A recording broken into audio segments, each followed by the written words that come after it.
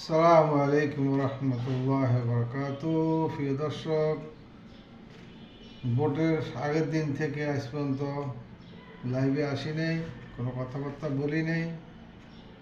মন মানসিক ভালো মন্দ নিয়েই আছি। আপনারা কেমন আছেন? আল্লাহ আপনাদেরকে ভালো রাখুক। আমার জন্য দোয়া করবেন, আমিও আল্লাহ যেন ভালো রাখবেন।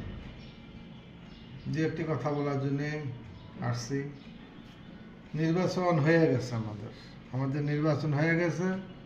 কেউ বলছেন সুষ্ঠু সুন্দর, কেউ বলছেন দুর্নীতি, সূক্ষ্ম দুর্নীতি বা সূক্ষ্ম কারচুপি। তো সব মিলাইয়া কাহার কথাই ফেলে দেওয়া যাবে না, এটা কেমন কথা?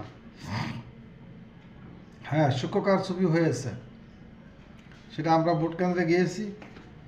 আমি 4টা কেন্দ্র দেখছি, 4টা কেন্দ্র আমি ঘুরছি। 4টা কেন্দ্র, নিজের কেন্দ্র 2টা পাশাপাশি, একটা মহিলা একটা পুরুষ, আর অন্যখানে 3টা কেন্দ্র দেখছি। তো কী কী দেখছি সেগুলো ওখানে বললে লাভ নেই, যেহেতু ইলেকশন শেষ হয়ে গেছে। তো প্রথম যে কথাটা বলছি, সূক্ষ্ম কারচুপি সেটাও হয়েছে, সুন্দর ইলেকশন সেটাও হয়েছে।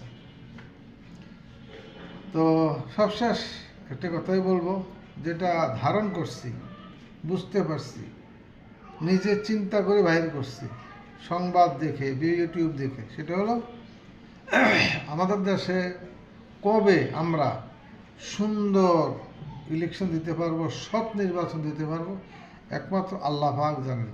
সেই সৎ ব্যক্তি ছাড়া হবে না কোনোদিন। কারণ এখনও কালো টাকার সরাসরি ইলেকশনে চলছে, কালো টাকার মাধ্যমে ভোট কিনে বেচা হচ্ছে, আমাদের ইমান বিক্রি হয়ে যাচ্ছে, আমরা করতেছি। আসুন, আমরা যদি নিজেকে মুসলমান মনে করি, আল্লাহর কাছে জবাবদিহিতা দিতে হবে, জবাবদিহি করতে হবে। তাহলে যারা ইমান বিক্রি করছেন, ভোট বিক্রি করেছেন, কালো টাকার কাছে হার মেনেছেন, নিজেকে বিক্রি করে দিয়েছেন, নিজের ইমানকে বিক্রি করে দিয়েছেন, আল্লাহর কাছে তওবা করেন, সামনে আর কখনো এই ভুল করবেন না। এবং যারা সূক্ষ্ম কারচুপি করেছেন, 5-এর 7 বানাইছেন, 3-এর 8 বানাইছেন, ওরকম চিন্তা ভাবনাগুলো মাথাতে রেখেন। কারণ আপনাকে জবাব দিতে হবে আল্লাহর কাছে, কারা এই সূক্ষ্ম ঘটনা ঘটাইছেন। আমাদের দেশ সুন্দর ছিল, এটাই আমরা চাই।